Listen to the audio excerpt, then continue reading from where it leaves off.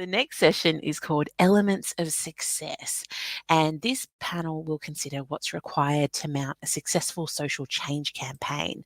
So now we're moving from campaigns and learning from the reading sector in the UK and hearing about the current status of the reading sector in Australia in our earlier sessions, to figuring out what we can take from other industries and from experts who come from a broader range of fields. So in this panel, we've brought together experts from across behavioural science, social innovation and marketing. We will absolutely have lots of time for live questions, so I hope Slido is buzzing. We'll be coming to you for the last 20 minutes or 15 or 20 minutes of this panel. Now, I'd love to introduce our three panellists now. Our first panellist is Nithya Solomon. Hello, Nithya. Nithya is the director of the RMIT Health Transformation Lab. We've got Sarah Kneebone here. She's the education manager at BehaviourWorks Australia, and Mark Chenery, who's the co-founder and director of Common Cause. Hello, Mark. Great to have you all here. So we're talking about social change and social campaigns, about behavioural change. The key theme we're asking our listeners and our participants in this session to think about in this session is to ask them to help us visualise success. What keywords or approaches do you think are most pertinent for successfully changing reading habits in Australia? So, of course, everyone who's tuning in comes from the different parts of the reading sector. So they have got that reading-centred approach. But I hope by the conclusion of this session, we start to see parallels with social health campaigns, with behaviour change campaigns, and we figure out what we can pull from there and bring into the reading sector. What we might do is, to kick things off, I'll ask each of our panellists to introduce themselves and their work and how they approach this question of how do you make behavioural or social change or seek to through the work that you do. So I'm going to start with Nithya, then I'll go on to Sarah and then conclude with Mark. Nithya, please take it away. Tell us about your work. Thank you, Jess. I'm just going to share some slides as well here. So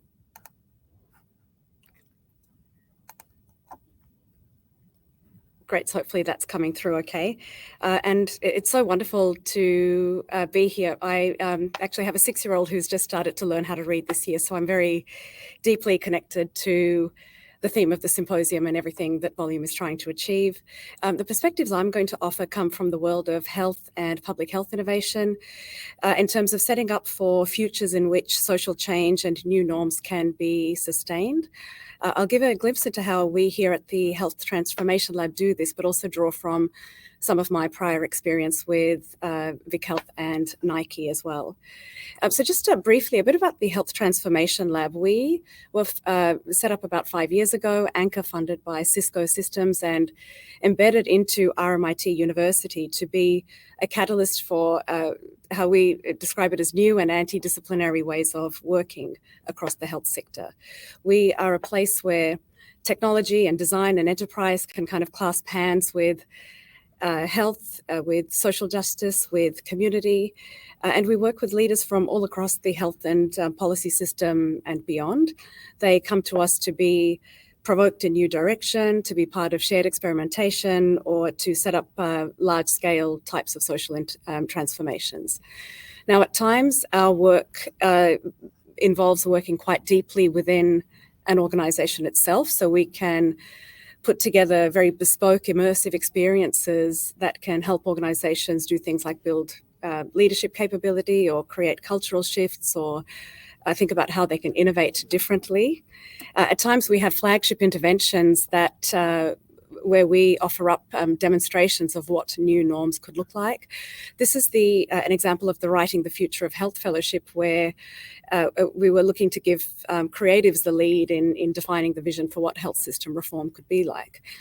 We had award-winning Victorian poet Andy Jackson, pictured on the top left, who spent a year in residence with us. And he produced collaborative poems with Australian writers with lived experience of disability. And these works explored the need for a really inclusive health system and society.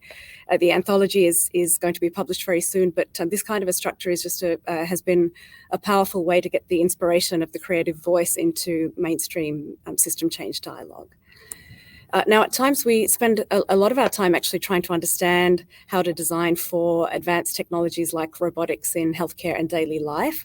So the yellow creature on the screen is our Spot Boston Dynamics robot dog. Spot spends semesters with nursing students so we can understand how best to deploy robots like this into hospitals. Spot could show up unannounced at Fed Square or other public spaces so we can understand how the day-to-day population feels about coming across something like Spot when they're out and about. And actually in December, Spot is going to be joining 2 other Spot robots in a 4-month-long durational painting as a key exhibition within NGV's upcoming triennial. So these are just a number of ways that we're looking to push perceptions of what the human technology robotics interfaces could start to look like. And on experimentation, we have actually created a space to experiment with deep technology in hospitals and health. I'm physically sitting in this space. It's our sandbox. It's a smart space that simulates the kinds of digitally connected worlds we live in. So we have custom-built AI, machine learning, robotics, all sorts of other exciting technologies. And here we can prototype and design for a range of health system workflows.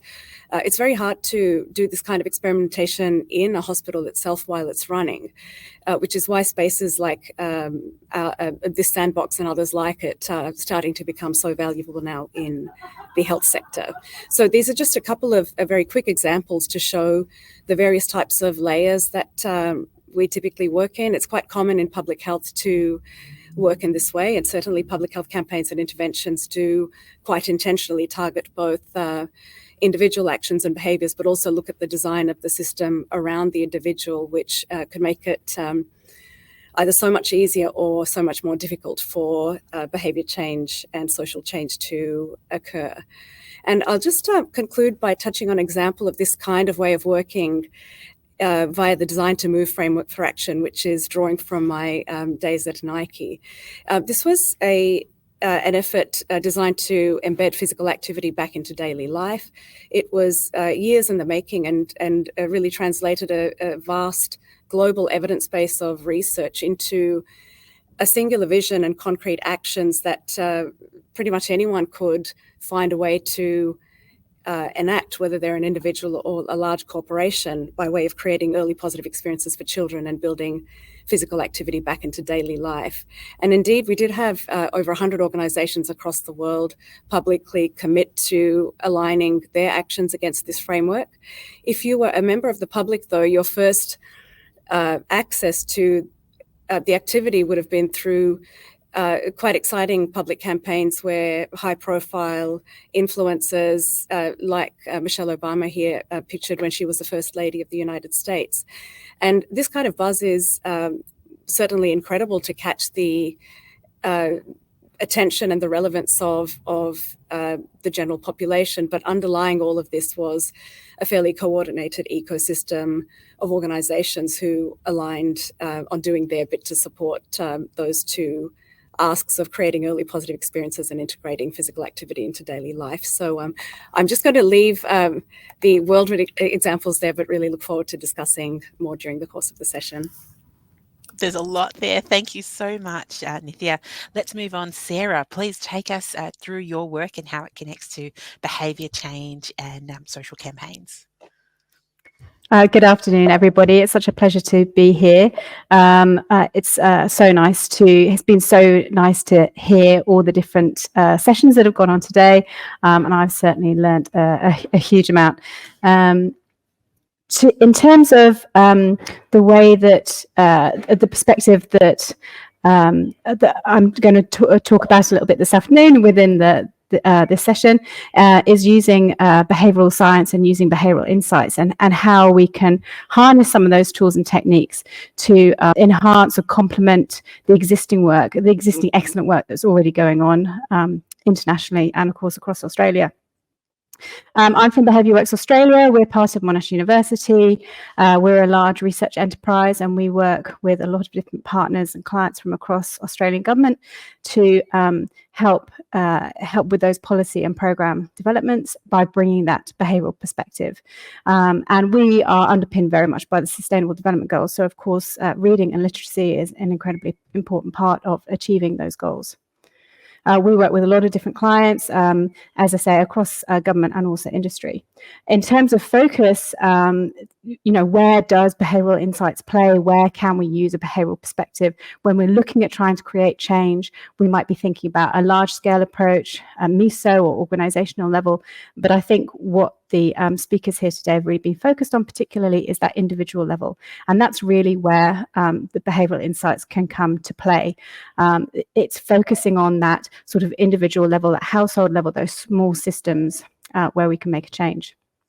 When it comes to tackling complex problems, though, there's been so many different tools and approaches that have been talked about already. Behavioural science is not a silver bullet, rather it's more about increasing the odds. So making sure that the programs that we are running, by incorporating that understanding of human behaviour, just increase the likelihood of success and increase their level of efficacy a little bit.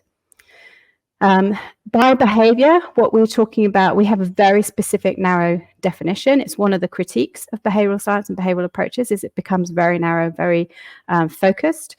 And we're talking about who does what to what, where and when. So who is really important? Who is your audience? Who is your target audience? We're not just talking about adults, but, who in particular? What kinds of people are you talking about? Can we get down into segmentation? Can we talk about typologies? Who is it that we actually want to work with? But also we're talking about the where and the when. So for something like reading, it seems like a singular behavior. But if we break it down, there's actually lots and lots and lots of different behaviors that make up the act of reading. So a teenager reading in their bedroom during the day will be a very different behavior to an adult commuter reading a book on the train on their way to work, which will be a different behavior to children reading on a Kindle or an iPad at school. All of those have got different people, different who, different where and when. And that's really important because each of those different behaviors will have different drivers and barriers. We've heard today a lot about roadblocks and things that prevent reading from occurring. And that's exactly what I'm talking about. Each of those different behaviors, though, will have different roadblocks. Each of those will have different barriers and conversely drivers, things that enhance the likelihood that they'll be engaged with. So we use, in our team, we use an 8-driver model. We use 8 different things that help explain human behavior, why we do the things that we do. That's a really important question. Why do people do the things they do? So, for example, if we're talking about reading, people could have a positive attitude towards reading. They know it's a good thing. They might differ in their capabilities for reading. If there's any lacking in skills, they may not have the opportunity because they're lacking in time. We've heard as time is a really important component, or financially, books are expensive.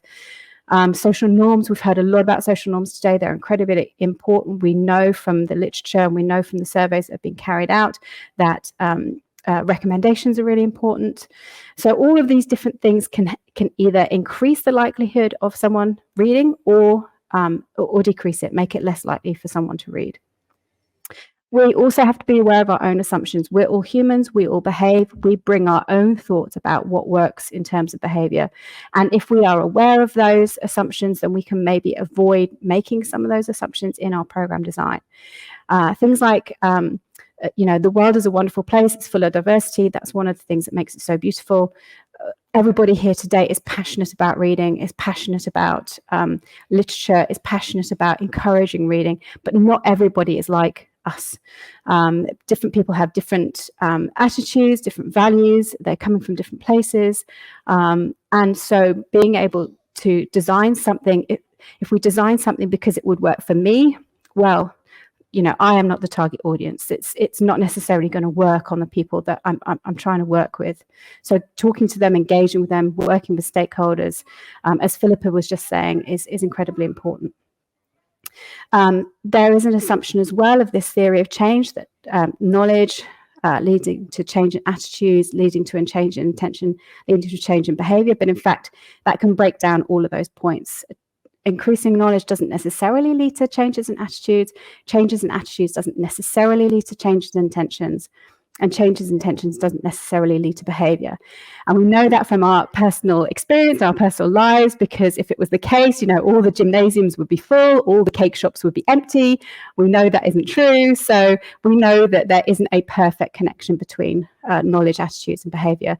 But we can look at other things that we can also do. Sometimes it does work, it's very important, but there are other things that we can also do to complement those kinds of messages.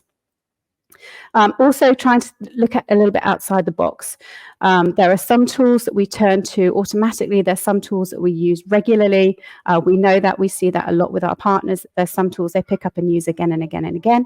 And one thing behavioural perspectives can bring is that there is a wide range. There's a whole bunch of different things that we can actually turn to and use and try out. And I know I've heard from some of the speakers today that there's some incredible risk-taking and new opportunities and new projects that are being developed, which is very exciting. In terms of making change, we can turn to this wide toolbox of different approaches, different types of interventions, different types of projects to address each of those drivers and barriers. And different design addresses different barriers or roadblocks that people face on their reading journey. We also have generic tools as well, something like the EAST framework, which was developed by the Behavioural Insights team in the UK. If we can make something easy, if we can make it attractive, if we can make it social, and if we can make it timely, we increase the likelihood that it will be adopted. And making it easy is by far the most important of those elements. Social norms are very powerful. We've heard that as a message again and again today. Things like Book Talk have seen incredible increases in sales of printed books, but we have to be careful about how we frame them. When we promote the negative occurrence, the negative behaviour as the norm, that is what will be picked up and that's what will be remembered. So we need to be careful when we use them. And if you're interested in learning more about behavioural science, we do have programs that are available to support people. Thank you so much. I wasn't even fast enough to screen grab all of those, but they were so good, Sarah. I'm busy Googling EAST framework right now, so we'll hear more about that shortly. Now, Mark, could you take us through how your values-based approach to values-based marketing might provide some insights for our audience today? Brilliant. Yes. Hey, everyone. Mark Chenery. I'm the co-founder and director of Common Cause Australia, and we work exclusively with organisations who work in social justice, health and environmental issues.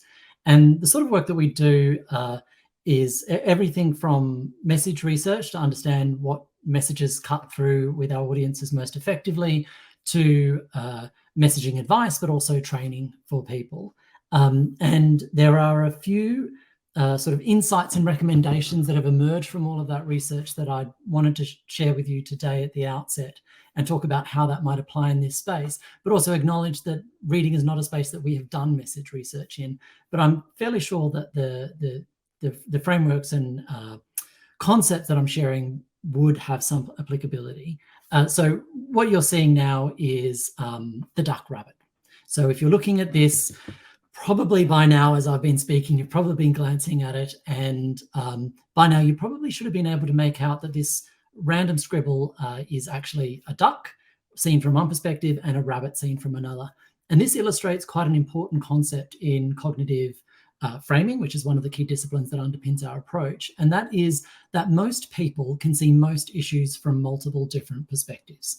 And this is actually quite a radical idea when it comes to communications and messaging, because we often have this piece of advice that strategic communicators give people, and that is that we must meet our audience where they're at. And that's good advice from the perspective of knowing your audience, because the better you know your audience, the better you can relate to them. But at the same time, it's hugely misleading advice to assume that there is a fixed place where we must meet our audience. The reality is most people can see things from different perspectives, and activating different perspectives in people through our messaging can actually lead them to perceive the issue very, very differently. And when they perceive the issue differently, they feel differently about their behaviours and their attitudes and their beliefs. And so our job is not to meet people where they're at, it's to take them to where they're capable of going, and to, in the first place, understand what are those places.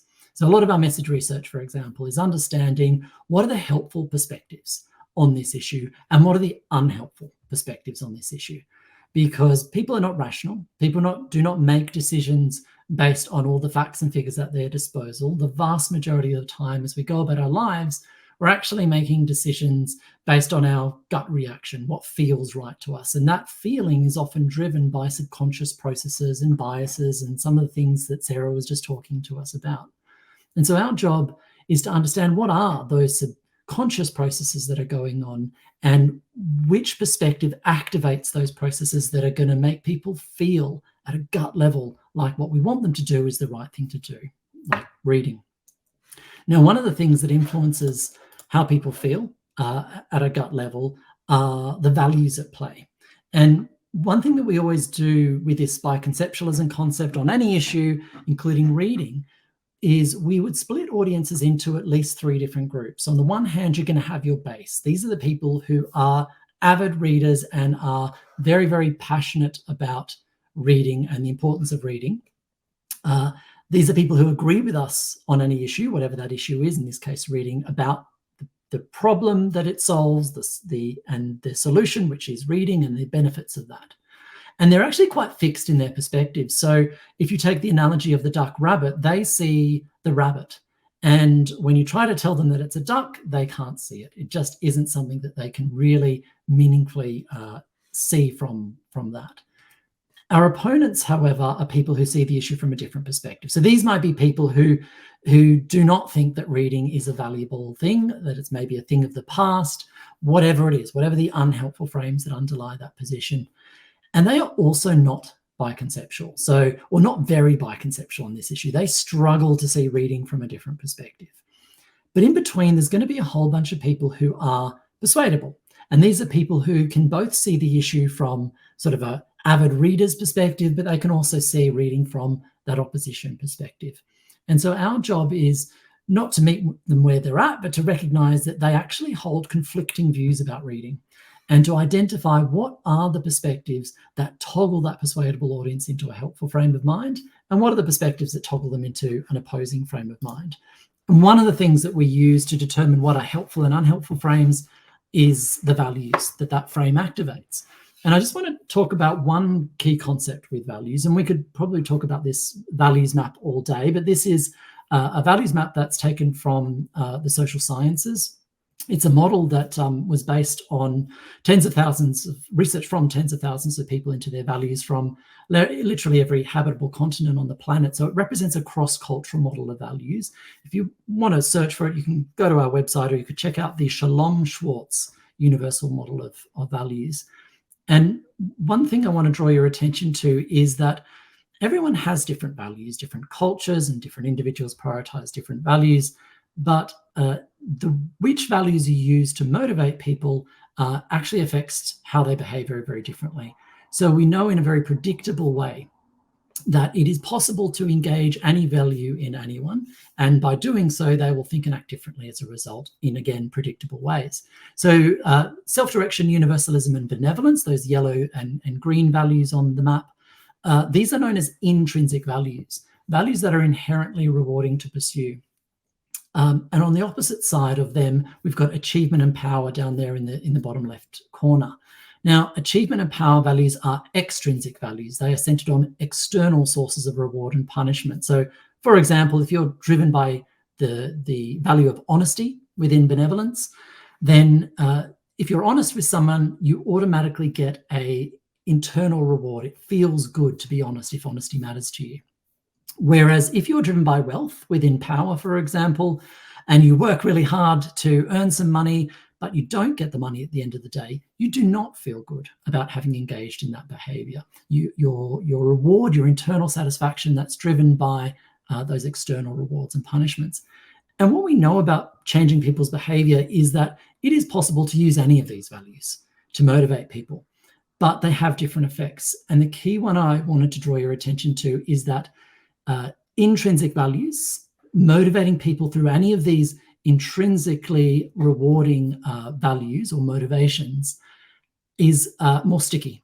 So when you engage people or you motivate people to engage in a behavior through intrinsic values, they're more likely to stick with it in the long term because they interpret their behavior from these values perspectives, and it automatically feels rewarding to them. Whereas when we engage people through extrinsic values, so through perhaps competitions or social recognition or wealth or prizes, this tends to have a different effect. It can motivate people, but it only motivates them so long as that external reward and punishment is maintained.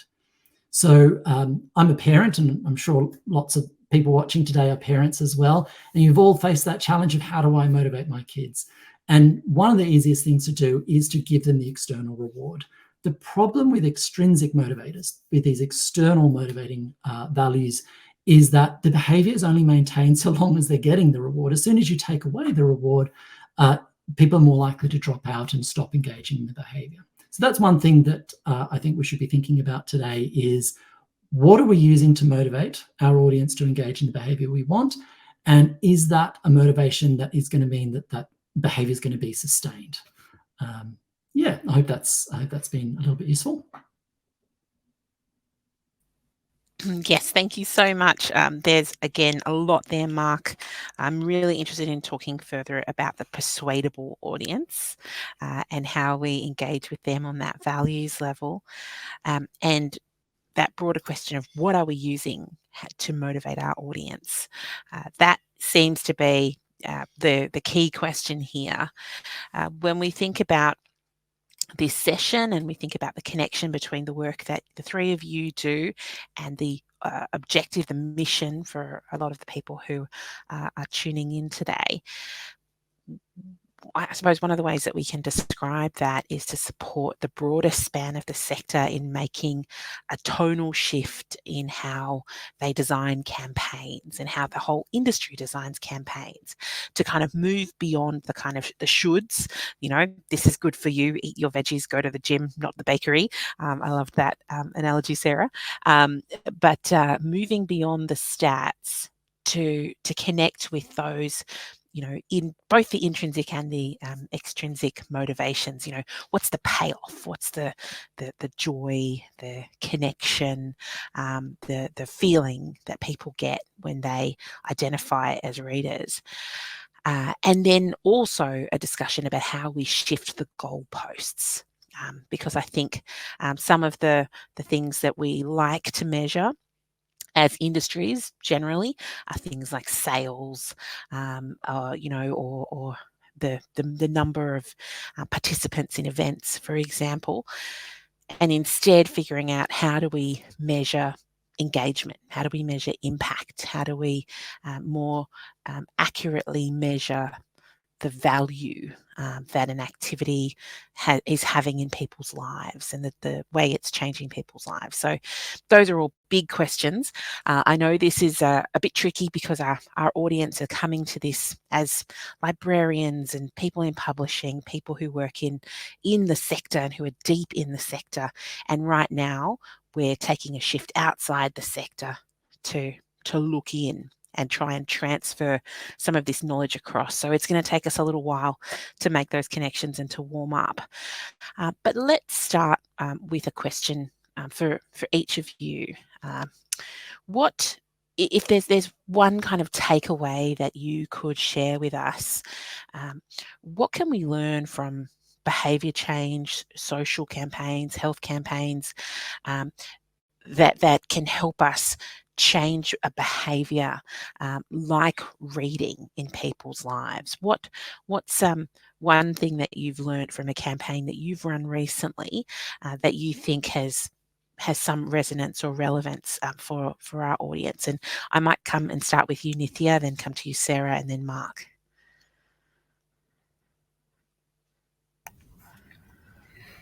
Sure, certainly. And I should say, when Sarah was speaking, you know, I've also found the EAST framework, particularly for public health type of interventions, a super useful construct. And, you know, I think this point about being able to think end to end about what's going to happen when a particular audience is responsive to the campaign. They want to start reading. Where do they go? What do they access? Is there going to be the right kind of material that suits them? And the ability to build that end-to-end approach of how does the desire to want to engage with an activity translate to the supply of options for them. And particularly what I often observe in public health, and there's a great emphasis on designing for all sorts of vulnerabilities and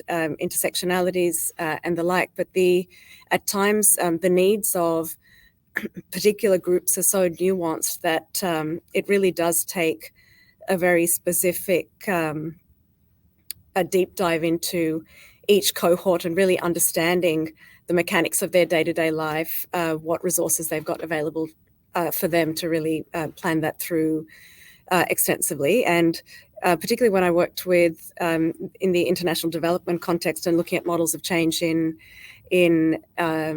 marginalized communities and adolescent girls' economic empowerment, there were some beautiful learnings around the value that when you're designing for particular kinds of vulnerable cohorts or those who are hardest to reach, how the way that you approach design and the solutions that you come across can benefit across the system. So I would really make the point that while it's easy to say that we can design for vulnerabilities, the practice of doing it requires a lot of very deliberate focus and putting into processes, and sometimes that can come at the trade-off of short-term cost effectiveness and measures like that. So I would really make the call for a very specific kind of design and to take the time to design for the people who are most likely to, I guess, fall off. I think that's such a good point, Nithya. And how do you convert? You could have those posters and the campaigns or the call to action being quite visible, and then how can people act on that in an easy, attractive, social and timely way, following that EAST methodology. There was a comment in Slido a couple of hours ago where someone said, we talk about how important reading is at school, and then kids in this particular school find that the library's closed 90% of the time. And so there's a few kind of structural barriers to acting on that information that people are being given about how important reading is, and the way that it's supported perhaps or funded might not match the way that it's talked about as well. Sarah, can we come to you now?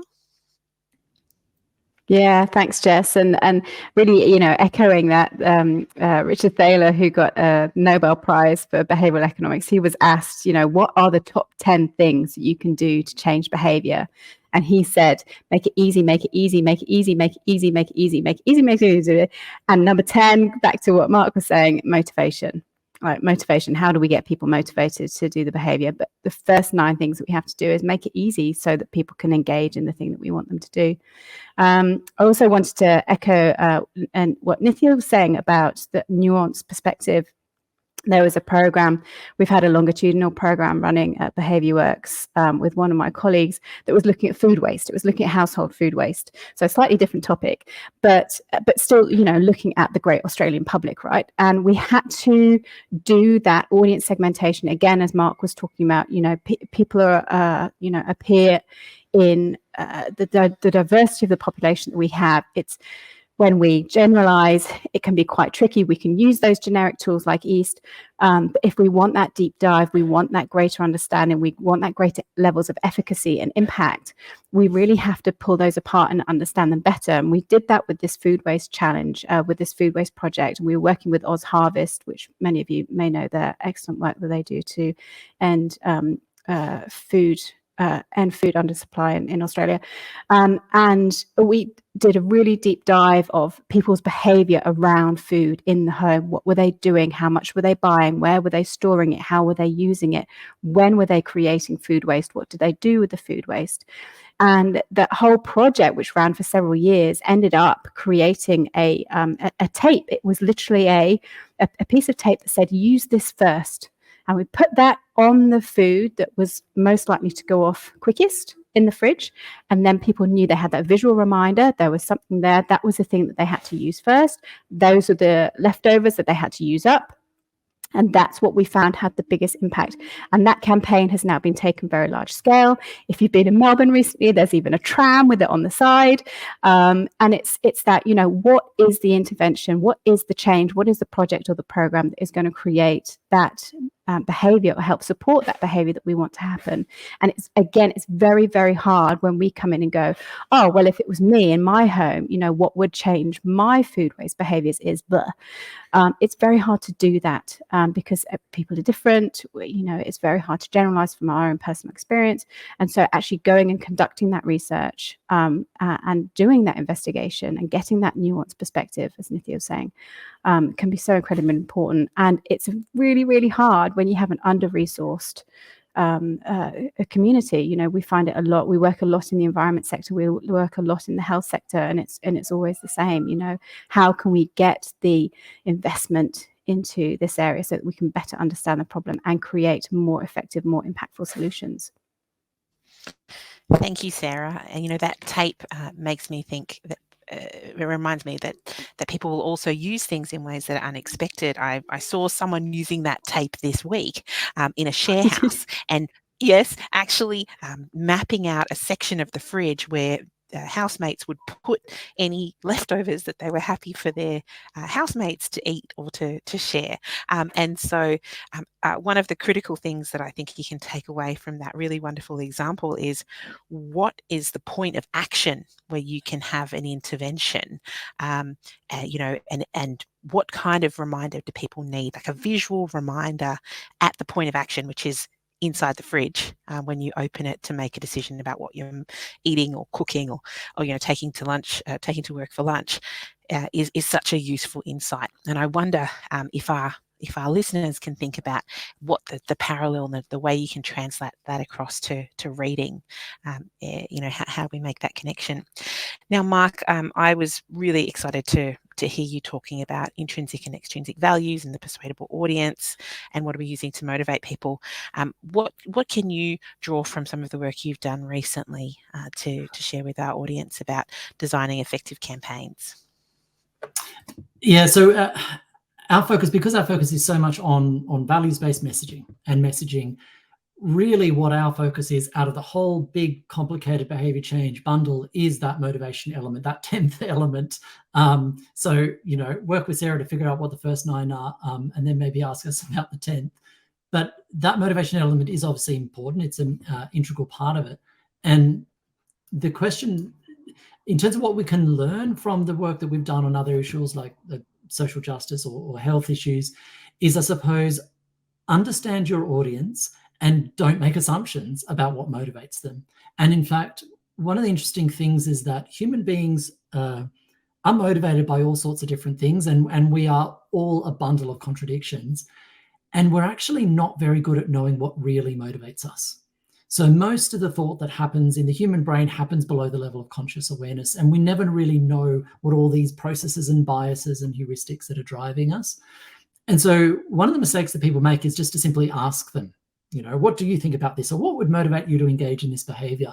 And we sometimes get the right answer, but a lot of the time we get people's rationalizations around their behaviors opposed to their genuine drivers.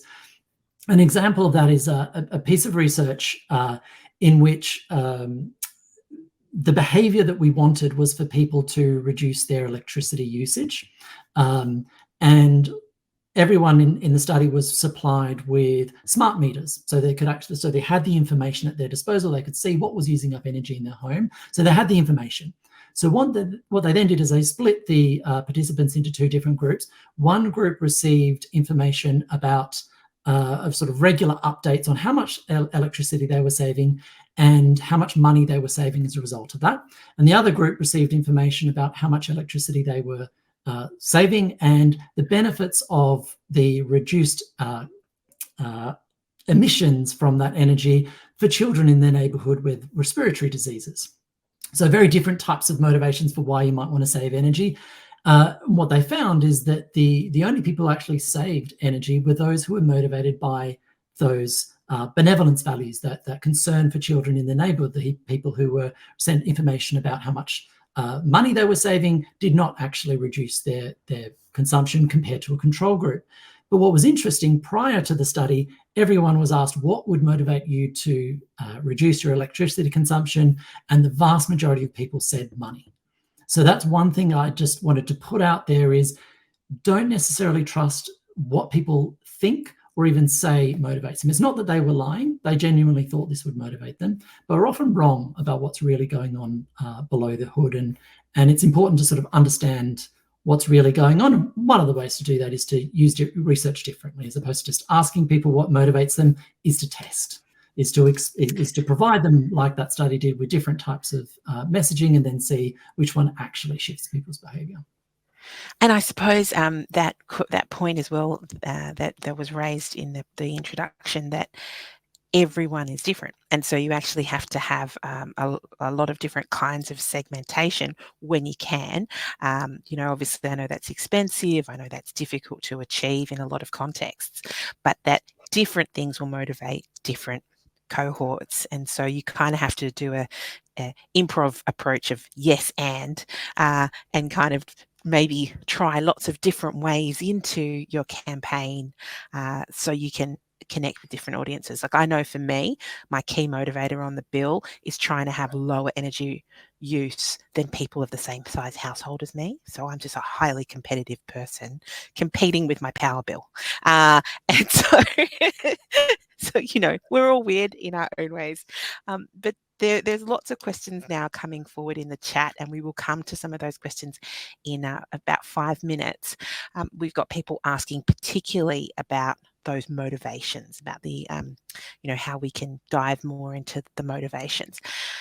But let's just talk for a couple of minutes about how we bring some of those more experiential, emotive, intrinsic experiences to the fore when we're designing campaigns. Because, those of us who are lucky enough to be readers know that how much joy and connection and empathy and insight reading brings to our lives. But it's a really hard thing to convey in a campaign, right? So how can we convey those emotive factors in a campaign that's designed to change behaviours? And maybe we'll start with you, Mark, and we'll go back the other way to Sarah and Nithya. Yeah, you're right. I mean, all of us here are talking about emotion and how do you engage emotion in people, because that's the thing that really shifts people, and that's what motivation is. It is about connecting with emotion. And for me, the narrative around reading and what people have been talking about today is very much around, I suppose, curiosity and exploration, and understanding that different books will work for different people and bring forth different benefits to different people. And it's that diversity and that sort of curiosity and creativity of books that I think might be something to lean into. And in terms of the values map, those are intrinsic values, those are self-direction values. And self-direction values includes things like choosing your own goals, creativity, curiosity, and freedom and independence.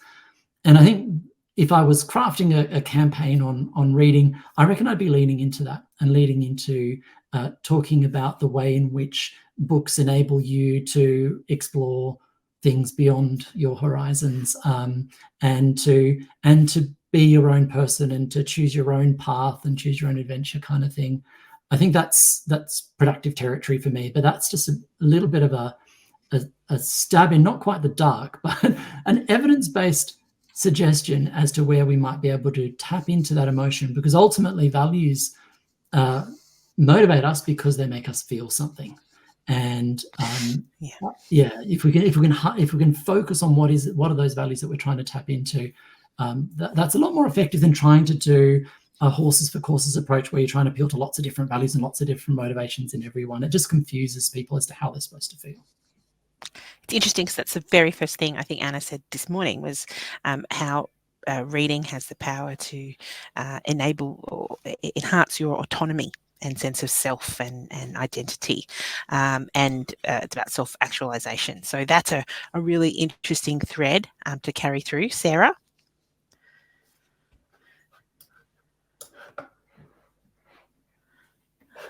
Sorry, Jess. Yeah, I got it. I think with things like the campaigns, I'm a research scientist. I would always say go back to the evidence.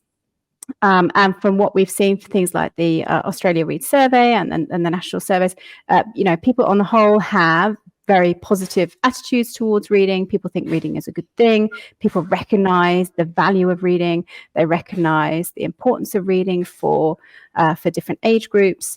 And so, if we've got to that level and we've got people that are understanding that emotional connection, we've got people who know that storytelling is important. They've got all of that. They already, that's sort of under the belt. That's a win for us. That's a pat on the back for us. That's something that we've achieved. I think exploring some of those other roadblocks, some of those other barriers could be a useful exploration. So, if people are over the line with their positive feelings, with their positive emotions, with their positive attitudes, with their positive values about reading, and reading for themselves and reading for others around them, then what else is it? What else is preventing it? What else is going on? Is it something around the environmental context? Is it something around time? We've heard about time limitations. Is it something around finance? Like, what else is happening? And therefore, can our messages, can our actions, can our programs take that into account and actually start to address some of those maybe more systemic challenges that people are facing? Like exactly as you say, Jess, the school library that's closed most of the time, you just can't get over that. It doesn't matter how positive all the children's attitudes are towards books and towards reading and how much they want to do it. If that library is shut, they cannot do it. It's very simple. And I'm sure Nithya will have similar experiences from the healthcare sector. Thank you, Sarah. Okay, so there's the 9 easies and the one motivation that we've talked about so far. Nithya, what do you think we can do to tap into the emotive part of this story? Sure, and look, I guess from having spent 10 years at Nike, I was kind of very much embedded in the world of inspiration. I mean, it was a company whose mission statement actually was all about bringing inspiration and imagination into and innovation into athletes. And basically, if you had a body, you were deemed an athlete. And what I can say about the beauty of watching deeply nuanced consumer insights translate into very powerful campaigns that inspire. And perhaps you said it, Mark, about we can't assume what's going to motivate people, and it's not always the rational. We don't know what's going to uplift us. And so there are very practiced capabilities in campaign creation and development that really explore what is the insight. And this comes from having a very specific group of whose behavior you want to shift. And I know I said this before, but I'll repeat it again.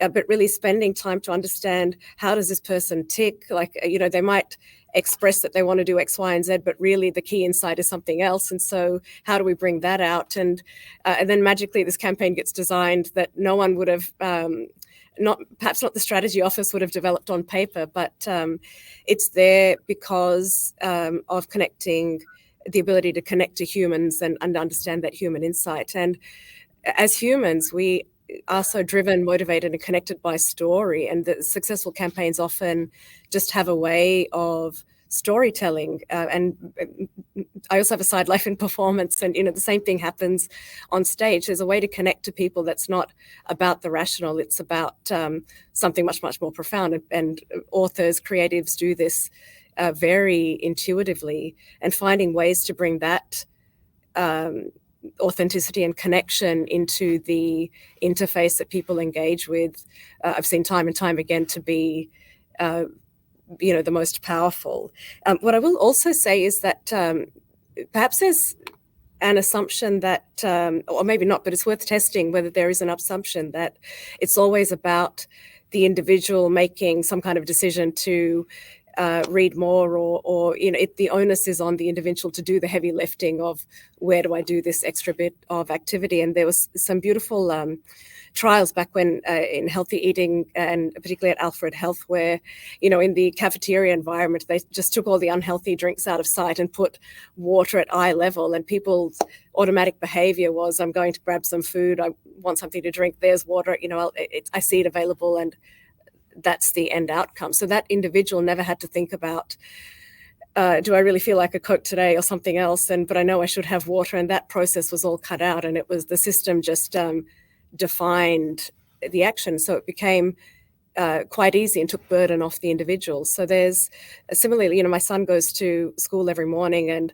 they just exchange their readers. It's not enforced in a way that you have to do this, but the kids all get excited about it. They see everyone doing it and they just kind of want to do that. So I think there's ways that we can absolutely think about tapping into the power of story and the audiences who work in reading to inspire, but also beyond the campaign into implementation, how others outside of the individual can take on the burden of the decision making.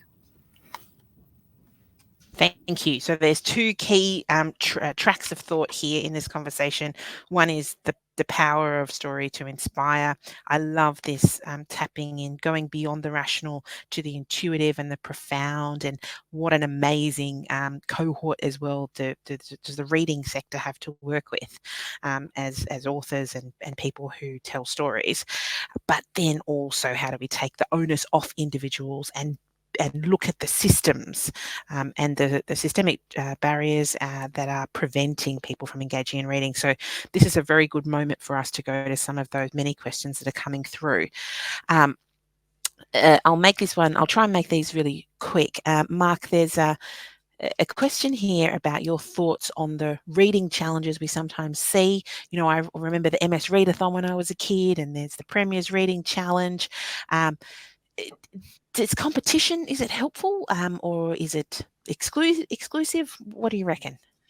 I'm always a little bit worried about competition from the perspective of how people perceive their own behavior and why they're engaging in it. Because at the end of the day, what values are engaged in people, and therefore how they think and act, and whether it's intrinsic or extrinsic as a motivator, depends on whether they perceive their own behavior to be done for the award, for the certificate, and whether the reading the 12th book is done as a chore in order to get the checklist done so that you can get the reward, or whether you're doing it because you're loving it. And look, overall, the research would suggest that competitions aren't the way to build the love of whatever it is, right? Because you are literally telling people that if you do this, we will give you some other reason to do it. Right, we will give you the reward, and it frames the behavior as something that you would need some sort of motivation to do that you wouldn't do for its own sake. So it's risky from that perspective. At the same time, I know that there is a bunch of research looking at the ways in which sometimes it can be okay to use those extrinsic motivators to get people started.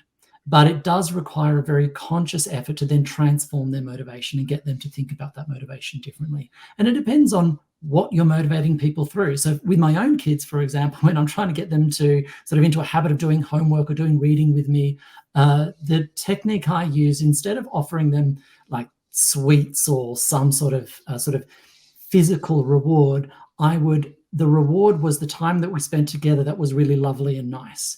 So I didn't tell them I was doing this, but I just made it a really fun, you've got all of my attention for these 10 minutes, so that they would then associate reading with feeling really positive and nice and, oh my God, isn't this great?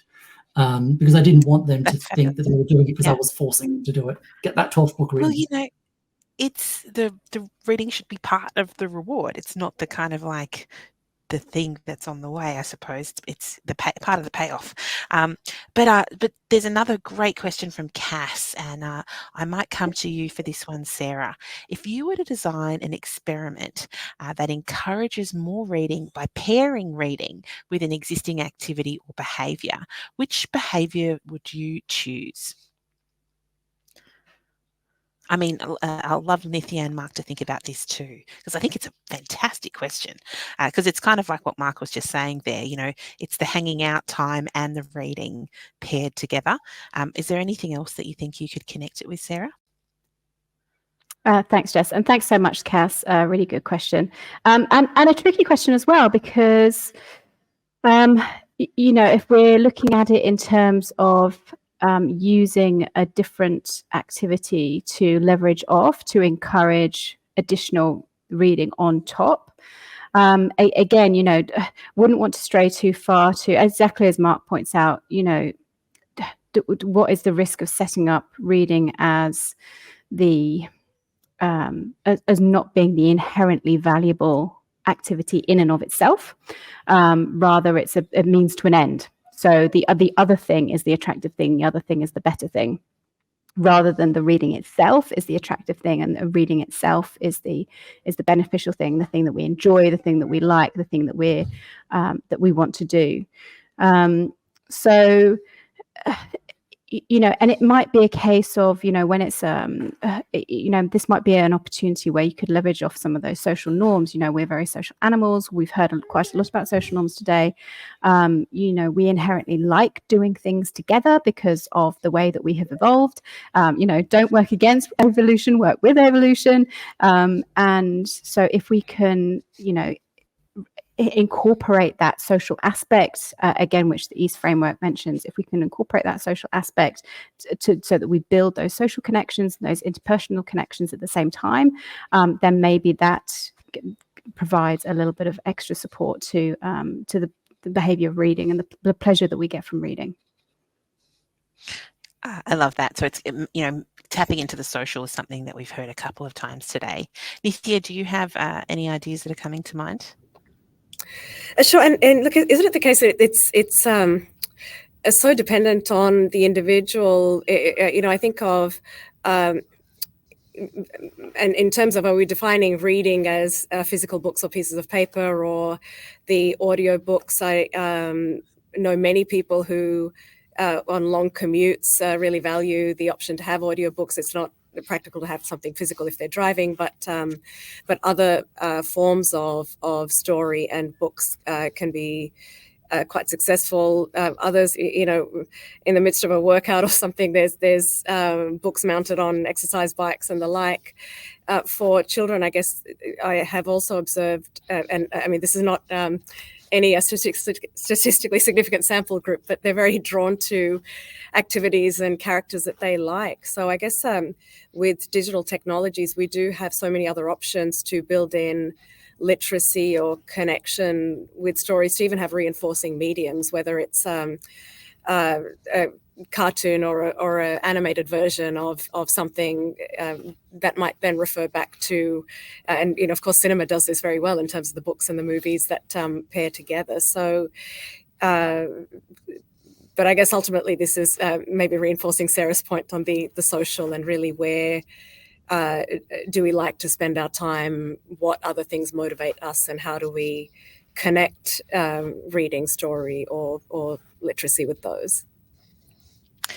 Yes, thank you, Nithya. I mean, for us, getting in the car, in my family, getting in the car means listening to the Theo and Matt podcast, which is, you know, a father and son reading stories. And I think we've listened to every Theo and Matt podcast now about 50 times. But it's exactly that thing. Now, the activity of getting in the car is actually the payoff of sitting in the traffic is that you get to listen to Theo and Matt. So it's, you know, how do you make it social and build it into your everyday activity? Because a really great point here that I think Adriana made is, you know, oh, sorry, it was Bronwyn. Bronwyn said, you know, how do we make it easier for people to read more? It's like easy, and motivation coming together. I think we could have spent a lot more time with the three of you. I think there's so much here to dive into and unpack, but we really appreciate all of the insights and the thought that you've brought us from your own vast realm of experience. And I also am going to be taking away, Nithya, you know, if you have a body, you're an athlete. If you can engage with a story, you're a reader. Whether or not you're reading, listening to a podcast at the gym, or listening to a story being read to you, an audiobook at the gym or in the car, or, you know, like Shay's friends in the Tough Guy Book Club down at the pub, arguing over a book, you're a reader. So we have to, I think there's something to learn from Nike in that story too. So thank you so much, Nithya, Mark and Sarah.